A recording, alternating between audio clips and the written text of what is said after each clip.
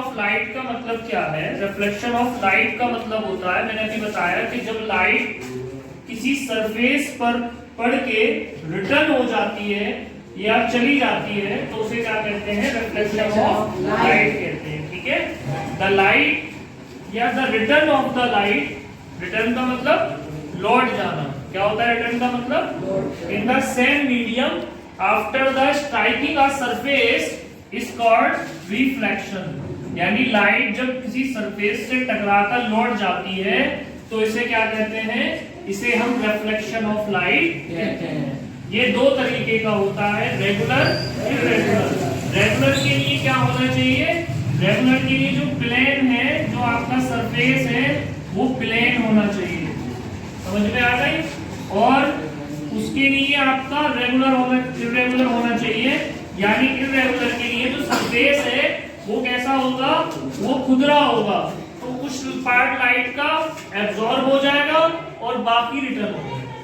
लेकिन in the regular पे plane surface पे लाइट का सारे के सारा पार्ट ही क्या हो जाता है? रिफ्लेक्ट हो जाता है। समझ में आ गई? इस प्रोसेस को समझेंगे। इस लाइट को बोलते हैं नॉर्मल रे। क्या बोलेंगे? जो लाइट की सन रेज आ रही है, जो पड़ती है सरफेस पे, उसे बोलते हैं इंसिडेंट रे। जो स्ट्राइकिंग के बाद आएगी उसे बोलेंगे reflected ray.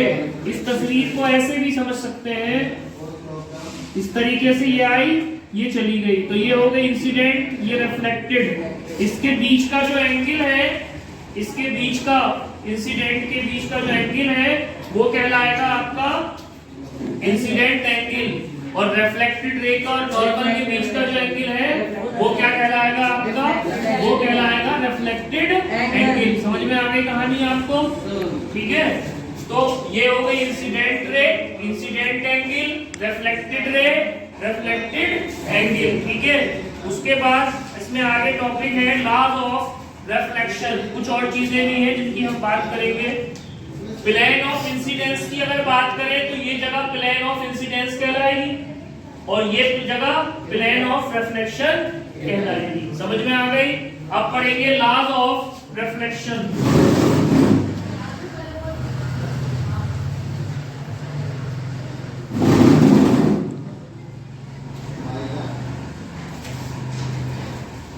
Laws of reflection. It is given by the scientist name was Snell. उनका नाम था स्नेल, जिन्होंने ये ला दिया था। ठीक है, और उसमें उन्होंने दो बातें कही थी, उन्हें समझना है। उन्होंने बोला द इंसिडेंट रे, क्या बोला उन्होंने? Incident ray, reflected ray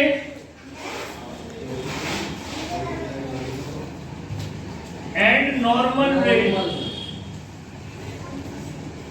lies in same plane।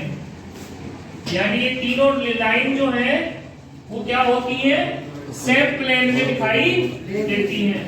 और जो दूसरा था द एंगल ऑफ इंसिडेंस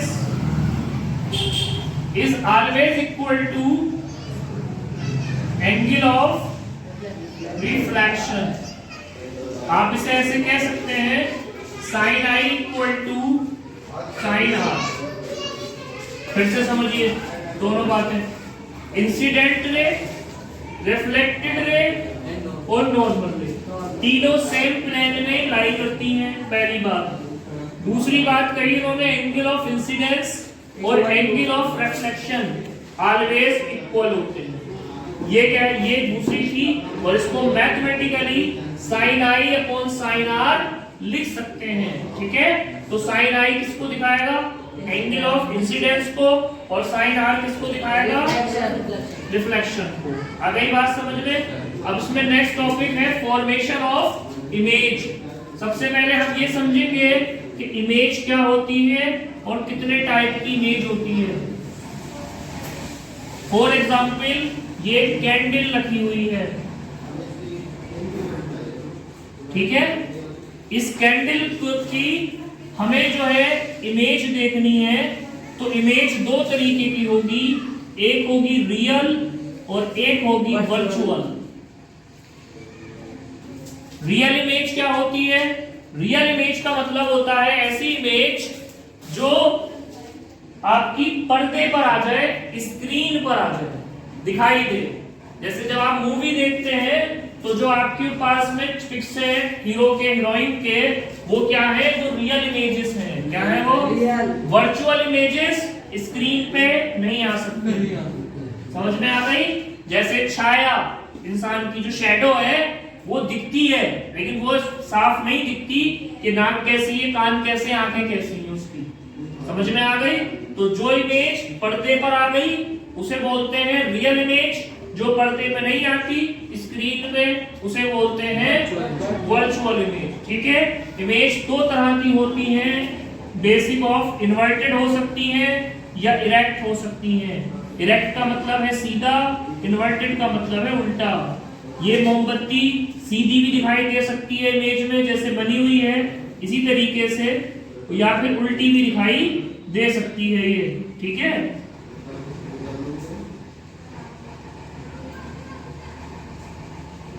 अगर ये सीधी दिखाई दे रही है तो हम बोलेंगे इरेक्ट इमेज है, और अगर हम उल्टी दिखाई दे रही है तो हम बोलेंगे इन्वर्टेड इमेज है। समझ में आ गई बात? आपने देखा होगा किसी मूवी में हीरो को इतना बड़ा दिखा देते हैं, किसी को इतना पतला।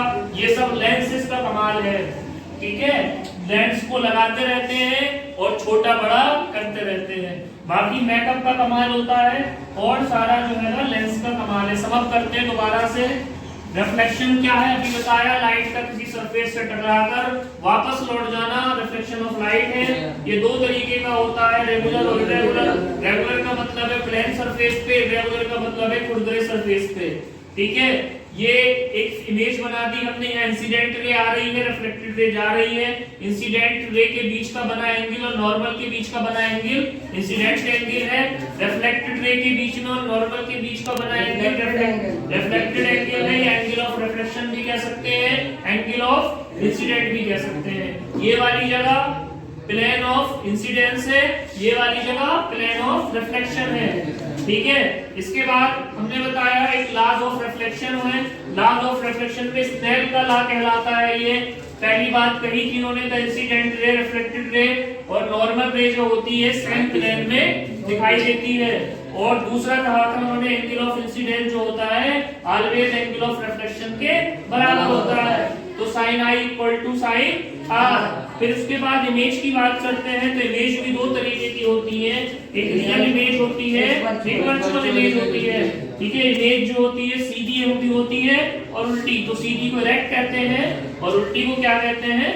इन्वर्टेड कहते हैं। ठीक है? स्टॉप कर